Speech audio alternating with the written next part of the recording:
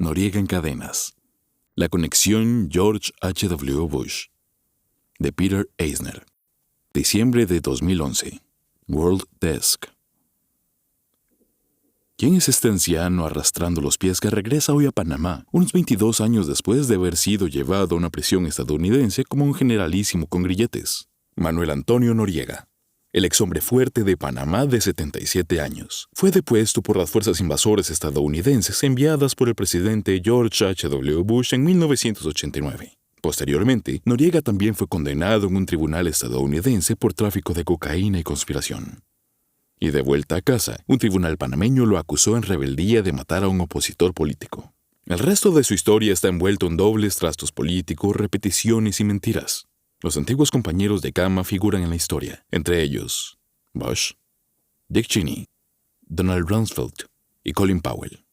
No espere que Noriega haga nuevas revelaciones o cambie el rumbo en Panamá, y mucho menos en el hemisferio.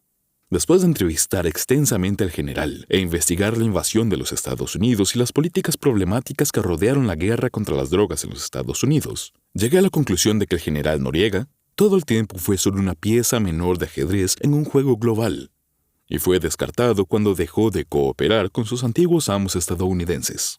Cubrí Panamá antes y después de la invasión estadounidense, y trabajé contando los cuerpos de panameños, en su mayoría civiles, que murieron en esa temporada navideña.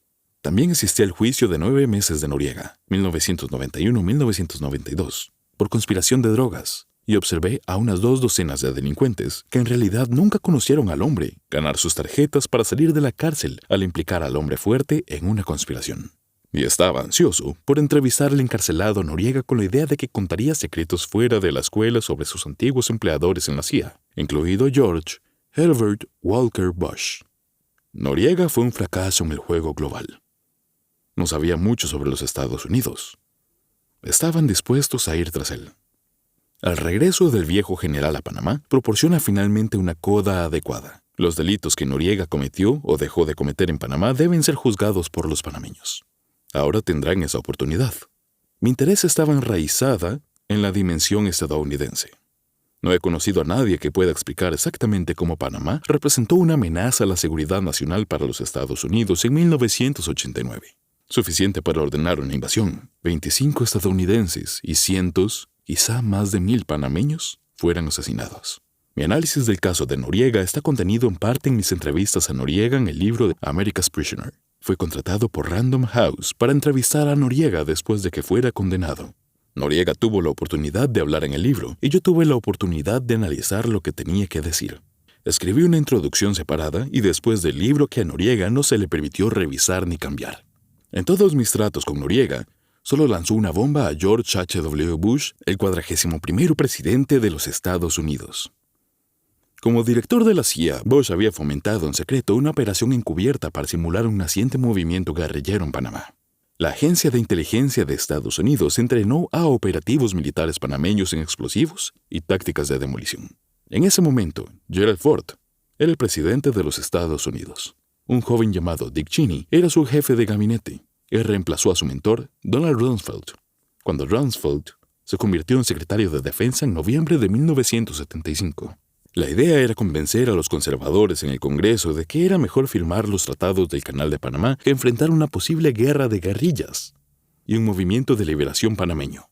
La pequeña misión de bombardeo falso pudo haber contribuido a la aprobación de los tratados del Canal de Panamá firmados por el mentor de Noriega, el general Omar Torrijos, y el presidente Jimmy Carter en septiembre de 1977. Noriega en ese momento era coronel de las Fuerzas de Defensa de Panamá a cargo de la G2. Noriega me dijo que se reunió con Bush en la embajada de Panamá en Washington, D.C., un mes después de que Carter derrotara a Ford en las elecciones presidenciales de 1976.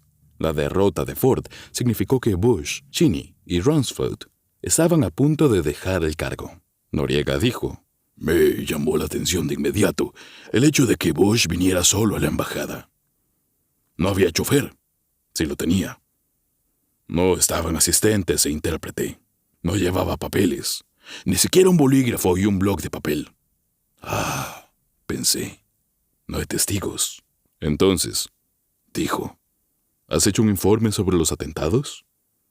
Lo que quiso decir, estoy seguro, fue que espero que no hayas escrito un informe real sobre lo que hicimos.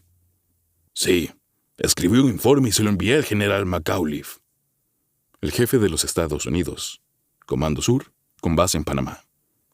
Le dije, entendí que esto significaba, no te preocupes, no estamos hablando. Después de que Noriega me dijo esto en 1993, le escribí una carta a Bush. Le pregunté al expresidente si esto era cierto. 5 preguntas que detallaban el cargo de planear los atentados, el entrenamiento de la CIA para los hombres de Noriega y la reunión posterior con Noriega. Esperaba que Bush lo negara todo y menospreciara la palabra de Noriega como mentiroso y delincuente convicto. En cambio, recibí una llamada telefónica del portavoz de Bush que dijo, según sus recuerdos, la respuesta es no a las 5 preguntas. Pero para asegurarse envió su carta a John Dutch, entonces director de Inteligencia Central. El portavoz no quiso ir más allá. Unos días después, el portavoz de Bush volvió a llamar y leyó una declaración. La CIA no tiene nada que agregar a lo que ya dijo el presidente Bush. Pregunté al portavoz qué significaba eso, ya que Bush no había dicho nada. Cuantas preguntas hice, el portavoz repitió las mismas palabras. La CIA no tiene nada que agregar a lo que ya dijo el presidente Bush.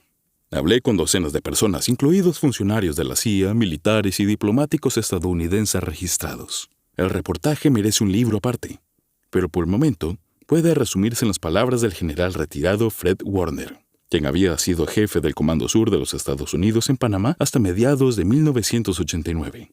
Rechazó una orden de la administración Bush de proceder con una invasión de Panamá. Fue sucedido por el general Mark Storman. El presidente del Estado Mayor Conjunto, el almirante William Crook, renunció al mismo tiempo y fue reemplazado por el general Colin Powell. Thurman y Powell siguieron las órdenes. En ese momento, Noriega ya no era el activo de la CIA que había ayudado a Estados Unidos a lidiar con Fidel Castro y había permitido que los Estados Unidos organizara operaciones, a veces ilegalmente, desde Panamá hasta Nicaragua y El Salvador durante las guerras centroamericanas. Noriega desafiaba a Bush y el presidente, acusado de débil, se enfadaba. La gente se refería a él como un cobarde. Eso es lo que me dijo Warner cuando le pregunté por qué Estados Unidos había invadido Panamá. La invasión fue una respuesta a consideraciones internas de Estados Unidos, dijo. Fue el factor debilucho. Noriega fue sentenciado a 40 años en una prisión federal, que se redujo a 30 años cuando un ex jefe de estación de la CIA, asesor militar estadounidense y embajador estadounidense en Panamá, argumentó ante el juez que no debería haber estado encarcelado en Estados Unidos en absoluto. Después de un tiempo, Noriega comenzó a asistir a las audiencias de libertad condicional. Cada vez Estados Unidos argumentaba que representaba una amenaza para Bush y para los Estados Unidos. Mientras regresaba cojeando a casa hoy, lisiado por la edad y las enfermedades, la única amenaza que representa es que las noticias del momento podrían incitarnos a reexaminar la evidencia y cuestionar por qué Estados Unidos invadió Panamá en primer lugar.